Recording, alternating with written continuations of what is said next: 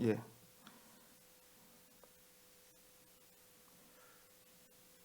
누가는요,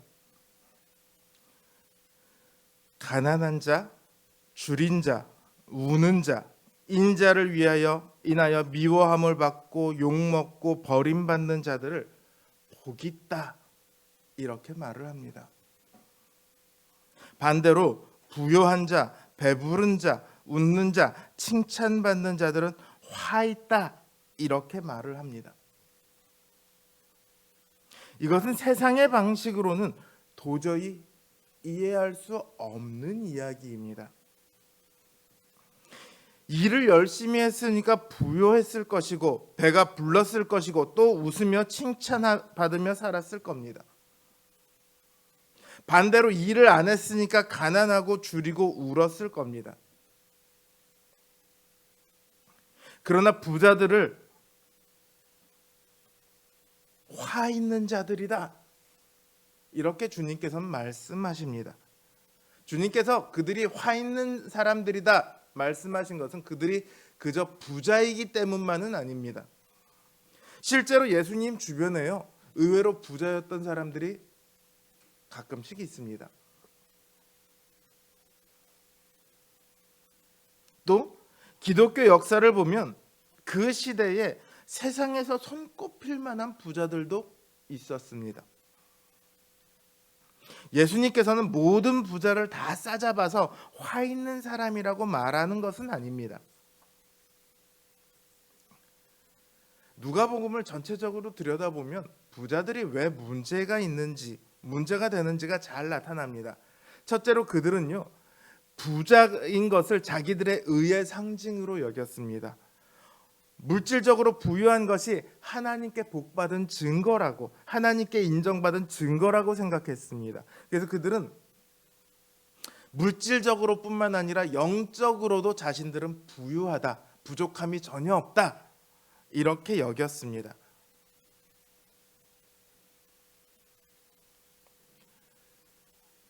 그들은 스스로가 물질로도 영적으로도 결코 가난하지 않은 사람들이라고 생각을 했죠. 아까 마태복음의 팔복이 어떻게 시작한다고요? 심령이 가난한 자는 복이 있나니. 그들은 심령이 가난하지 않았습니다. 둘째로 그들은 부를 하나님께서 주신 선물로 여겨서 하나님께 감사하며 살아간 것이 아니라 그 부 자체를 사랑했습니다. 만약 그들이 부를 하나님의 선물로 여겼다면 그 부를 얼마든지 하나님을 위해 드릴 수 있었을 거예요. 그러나 성경 곳곳에서 부자들은 그들의 재물을 위해서라면 오히려 율법을 왜곡하는 일도 서슴지 않는 것을 볼 수 있습니다. 셋째로 그들은 부를 가지고 가난한 자들을 도우며 살지 않습니다. 구약의 율법에서도 보여주듯이 하나님 나라의 원리는 부자들이 가난한 자들을 돌보는 것입니다. 그 일을 위해서 하나님께서는 많은 재물을 허락하세요. 이 당시 부자들이 물론 구제를 아예 안 하냐 면 그건 아니에요. 구제를 어느 정도 하기는 해요. 그러나 어디까지나 어느 정도예요.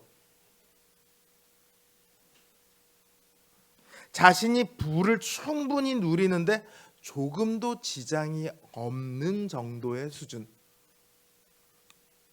내가 할 거 다 하고 내 부를 지킬 거 다 지키고 그러고도 혹시 남는 게 있으면 그거를 구제하는 데 씁니다.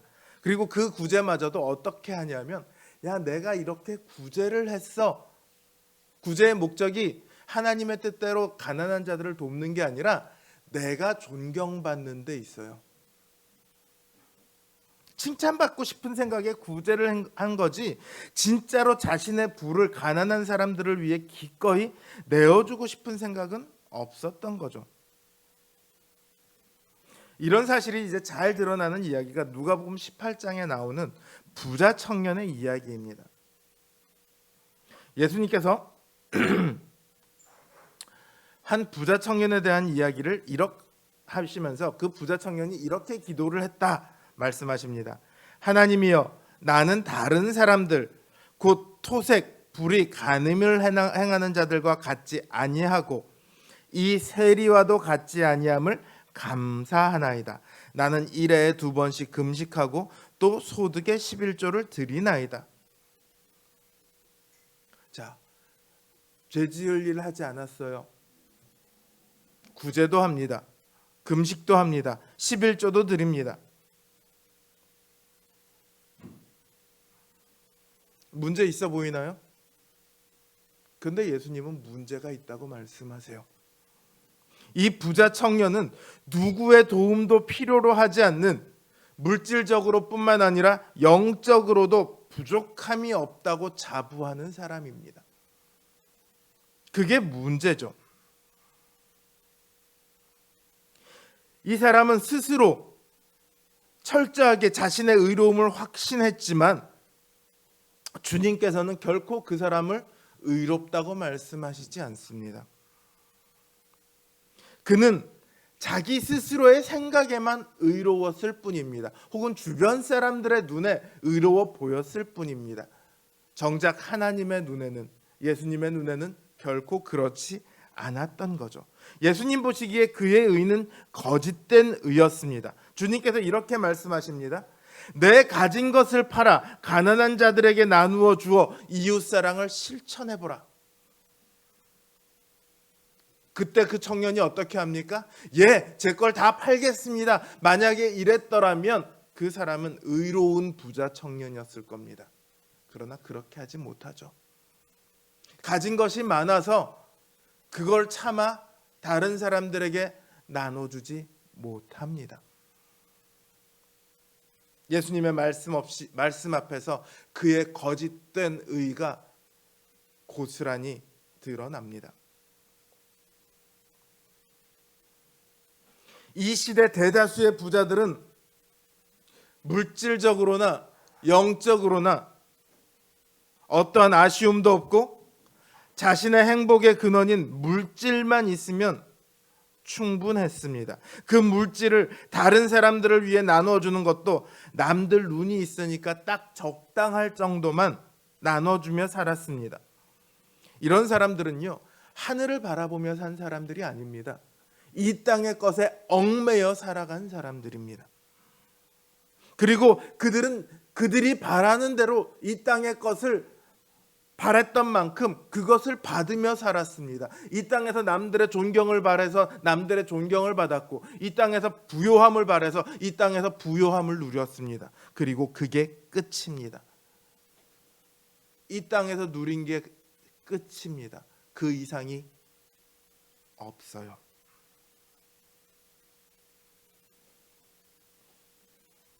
이러한 삶은 모세와 선지자들이 증거했던, 그리고 주님께서 말씀하셨던 저 신령한 하나님 나라와 아무런 상관이 없는 삶입니다.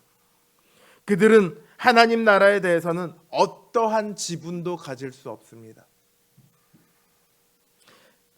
그들은 이 땅에선 부자일지라도 하나님 앞에서는 참으로 가난한 자로, 의가 없는 죄인으로, 장차 망할 자로 드러날 뿐입니다. 그러나 가난하고 줄이고 우는 자는 다릅니다. 그들은 자기 힘으로 도저히 어쩔 수 없는 사람들입니다. 누군가의 도움을 바라지만 여태 도움받지 못한 사람들입니다. 그들이야말로 이 세상에 기댈 것이 없는 이들이고 이 땅에서 상급을 바랄 것이 없는 사람들입니다. 누가는 그들이 열심히 일했지만 가난하게 되었는지 그렇지 않은지 여기에 대해서 전혀 언급하지 않습니다. 언급할 필요도 없습니다. 그들은 단지 가난하다는 이유만으로 스스로에 대해서 만족할 수 없습니다. 누군가의 도움을 필요로 합니다. 그래도 오늘날은 가난해도 내가 열심히 하면 무언가를 해볼 수 있는 길이 열려는 있습니다. 힘들고 안 힘들고의 문제가 있을지라도 그런 길이 열려는 있습니다. 그러나 이 시대는 아니에요. 이 시대의 노예는 평생을 가도 노예고 대를 이어도 노예입니다.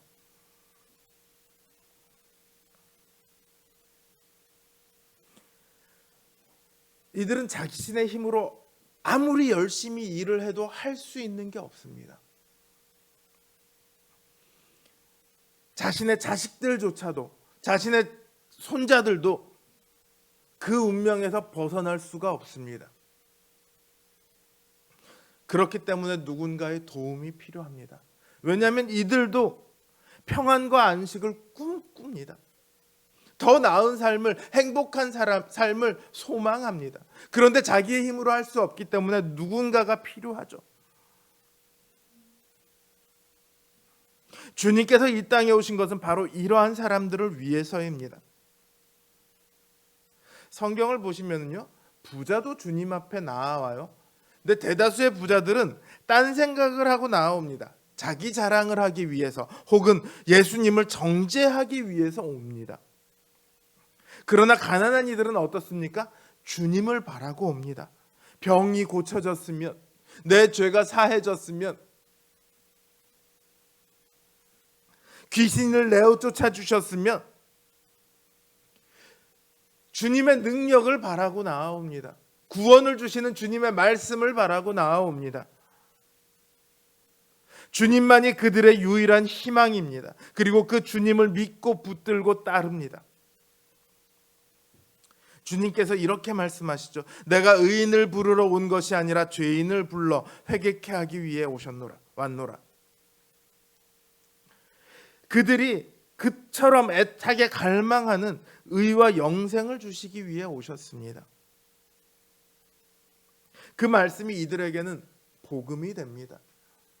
이들이 이전까지는 어떤 취급을 받았습니까? 네가 가난한 이유는 하나님께 죄를 지었기 때문이야. 네가 혹은 네 부모가 죄를 지었기 때문이야. 네가 어딘가 장애가 있는 이유는 너나 네 부모가 죄를 지었기 때문이야.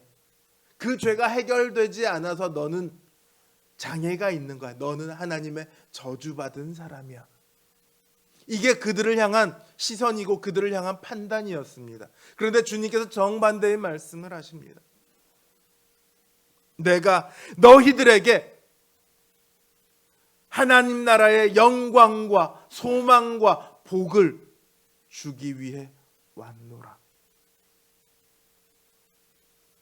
이들은 주님의 말씀을 들었고 주님의 치유를 받았고 주님의 위로를 얻었고 주님께서 주시는 구원을 얻었습니다. 여전히 물질적으로는 가난합니다.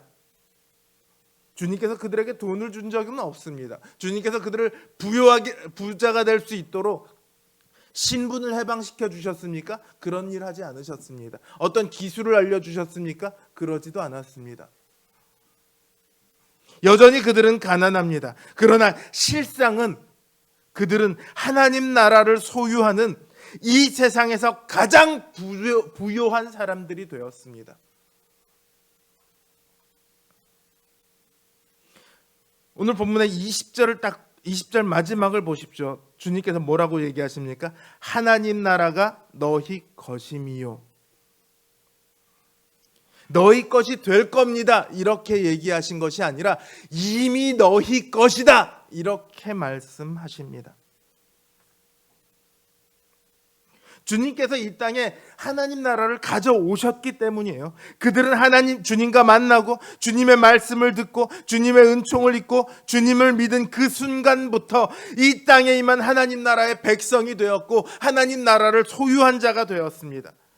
그러니 이들은 이제 부요한 사람이 될 것이 아니라 앞으로 될 것이 아니라 주님을 만나고 주님을 믿은 그 순간부터 부자가 되었습니다.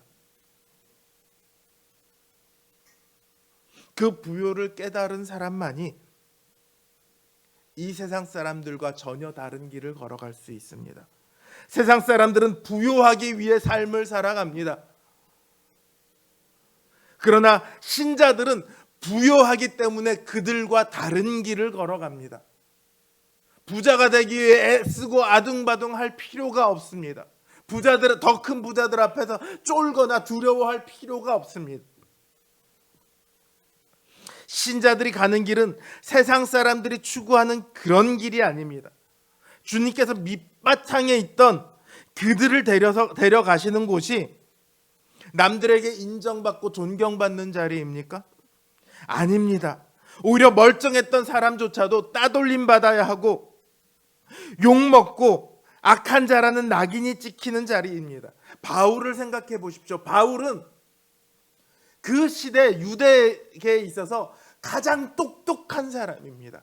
가장 촉망받는 사람입니다. 실제로 권력도 가지고 있습니다. 그 바울이 회심하고 가장 먼저 간 곳이 어디인지 아십니까? 자기와 같이 똑같은 일을 벌였던 사람들이 있는 헬라의 회당입니다. 헬라인들이 주로 모이는 회당입니다. 자기의 친구들에게, 자기와 똑같은 일을 했던 사람들에게 가장 먼저 갑니다. 그리고 어떻게 됩니까? 그들에게 죽을 뻔하고 쫓겨나죠.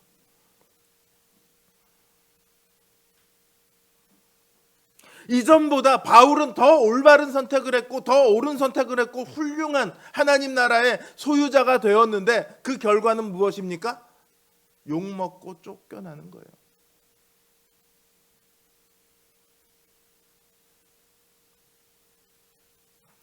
주님은 이렇게 말씀하십니다. 인자를 인하여 사람들이 너희를 미워하며 멀리하고 욕하고 너희 이름을 악하다 하여 버릴 때에는 그렇게 될 거라는 거죠.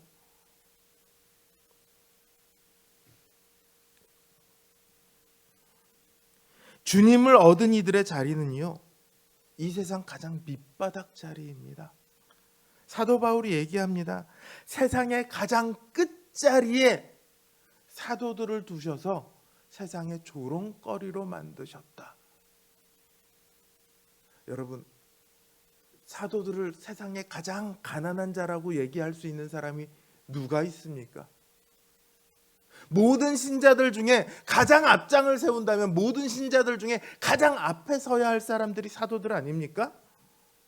그런데 그들이 실상 이 현실에서는 어디에 있다고요? 가장 끝자리에 있다고요. 가장 낮은 자리, 가장 볼품없는 자리, 가장 가난한 자리에 있다고요. 남들이 보면 사도들은요, 먹을 것 하나 제대로 챙기지 못하는 사람입니다. 자기 집 한 채 없는 사람들입니다.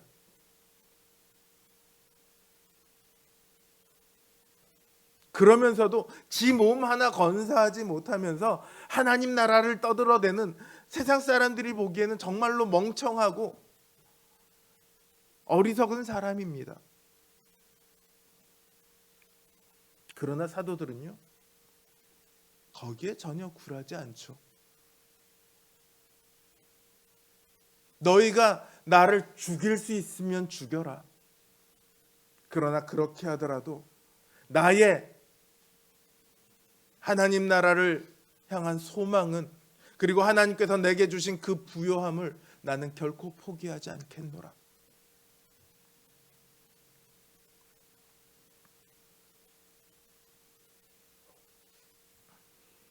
우리는요, 세상이 갖지 못한, 세상이 가질 수 없는, 그리고 세상 꿈도 꿔보지 못한 하나님 나라를 소유한 사람들입니다. 그래서 다른 삶을 살아갈 수 있습니다. 그게 신자들이 욕을 먹는 이유예요. 그게 신자들이 고통받아야 하는 이유예요.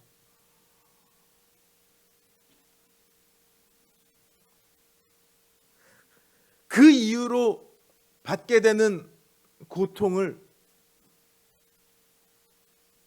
우리는 포기할 수 없습니다.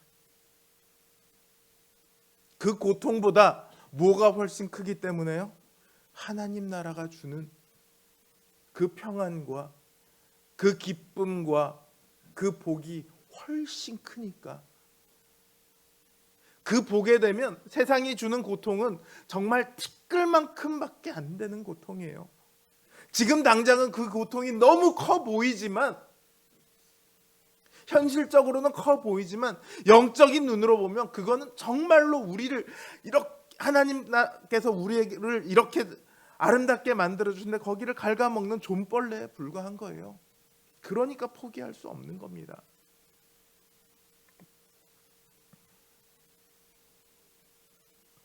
이전에는 견디기 힘들었던 그 고통들인데 예수 그리스도를 만나고 예수 그리스도를 믿고 난 후에는 그거를 이겨냅니다. 그냥 간간히 이겨내는 것이 아니라요, 기쁨으로 이겨냅니다. 세상에 고통이 왔는데 기쁨으로 그 고통을 이겨내는 사람이 어디 있습니까? 신자들은 그래요. 주님께서 말씀하십니다. 너희가 이러한 핍박과 고난을 당하면 기뻐하라. 하늘에서 너희 상이 큼이라. 천국이 보장되었을 뿐만 아니라 큰 상급까지도 약속이 되는 겁니다. 우리들에게 시련이 닥쳐온다고요, 믿음의 고난이 닥쳐온다고요, 그걸 기뻐하래요. 왜냐하면 큰 상급이 약속이 되었으니까. 그 고통의 결과값과는 비교도 할 수 없는 그런 것들이 주어지는 거예요. 이 세상 사람들은 부유하기 위해서 별의별 짓을 다 합니다. 가능성이 몇 퍼센트만 있어도 그 일을 합니다. 우리나라 학생들이, 자, 지금 대입 시험 보는 사람이 몇 명입니까? 권 목사님, 대입 시험 보는 사람이 몇 명이죠? 모르십니까? 네, 7, 80만. 그 중에 서울대 가는 사람이 몇 명입니까? 1년에 10,000명 정도라고 쳐볼까요? 서울대 경쟁률만 해도, 서울대에 입시 원서를 넣는 사람만 해도 몇만 명은 될 거예요. 그들은요, 그 자리에 들기 위해서 12년 동안을 정말로 학원 다니고 과외하고, 초등학생 때부터 밤 1시에 집에 들어간다는 게 말이 됩니까? 초등학생 때부터 밤 1시에 집에 들어가요, 학원을 다니면서. 말도 안 되죠.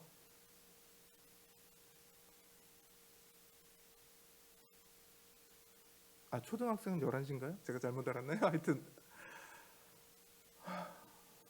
그렇게 하면서 서울대를 노리고 공부를 합니다.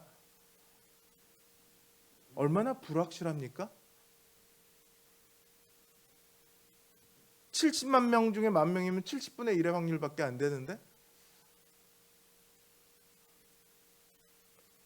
수많은 사람들이 회사를 차립니다. 부자가 되기 위해서. 실제로 그게 성공하는 확률이 얼마나 되죠? 우리가 흔히 벤처라고 얘기하는 IT 기업들 중에 유니콘이라는 기업들, 유니콘이라고 불리는 기업들이 있어요. 그 가치가 1,000억인가 1조인가 정도를 초월하면, 1조를 초월하면 그게 유니콘이라는, 그렇게 얘기를 하더라고요. 유니콘이 뭐예요? 있다고 상상만 하지만 현실에는 없는 존재, 그걸 유니콘이라고 하잖아요. 그래서 그런 회사들을 유니콘이라고 부른답니다. 수없이 많은 회사들이 생겨서 그 유니콘을 꿈꾸지만 현실은 어떻게 되냐? 다 파산하고 마는 거죠. 그런 삶을 살아갑니다. 열심히 공부해서 더 좋은 대학 가고, 거기서도 열심히 준비해서 더 좋은 회사를 가고, 거기서 열심히 일해서 더 높은 자리를 가고, 그걸 꿈꾸지만 실제로 그렇게 가는 사람은 별로 없는, 그렇게 해서 그 자리까지 가보면 행복할 줄 알았는데 행복하냐면 의외로 별로 행복하지 않은,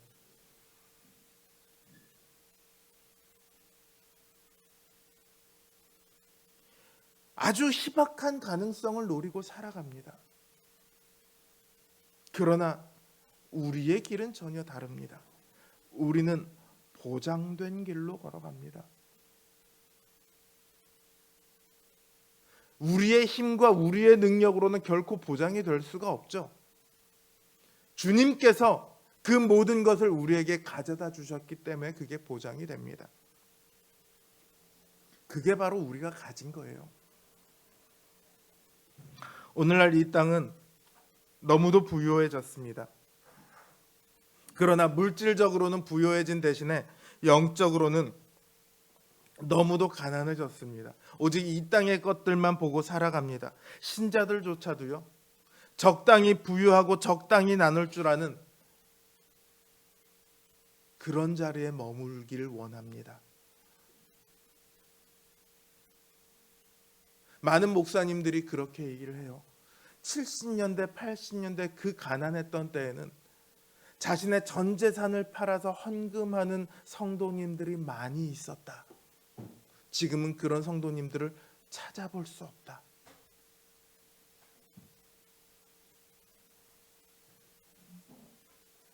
예전에는 교회가 건축한다고 하면 다 은행에 가서 대출을 받습니다. 그리고 그걸 헌금을 해요. 대출은 자기가 갚고.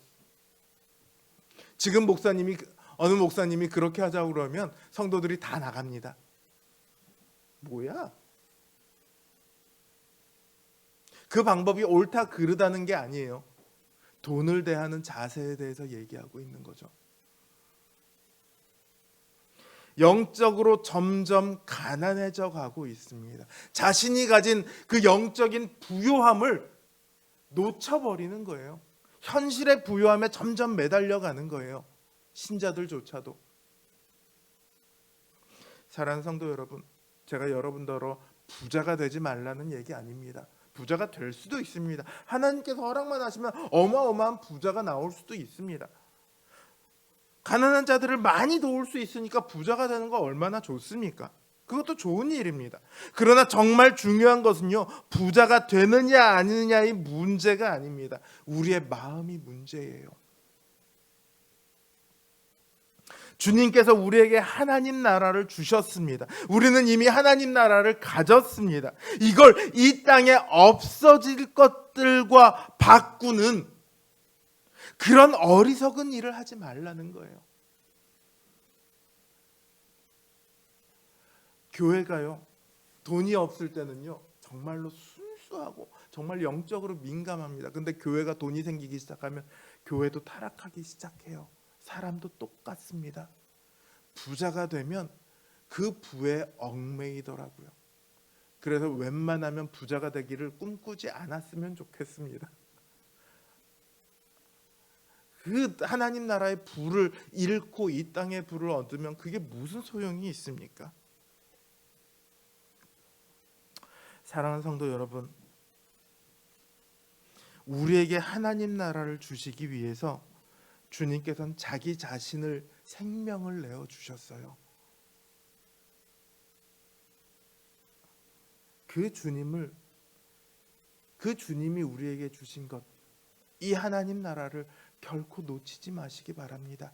이미 가졌으니 이것에 만족하고 더욱더 이것을 기뻐하고 이것을 굳게 지키는 그런 믿음의 길을 가시기 바랍니다. 어떠한 순간에도 쫄지 않고 위축되지 않고 넉넉하여 누릴 줄 아는 우리 성도님들 되시길 주님의 이름으로 기원합니다.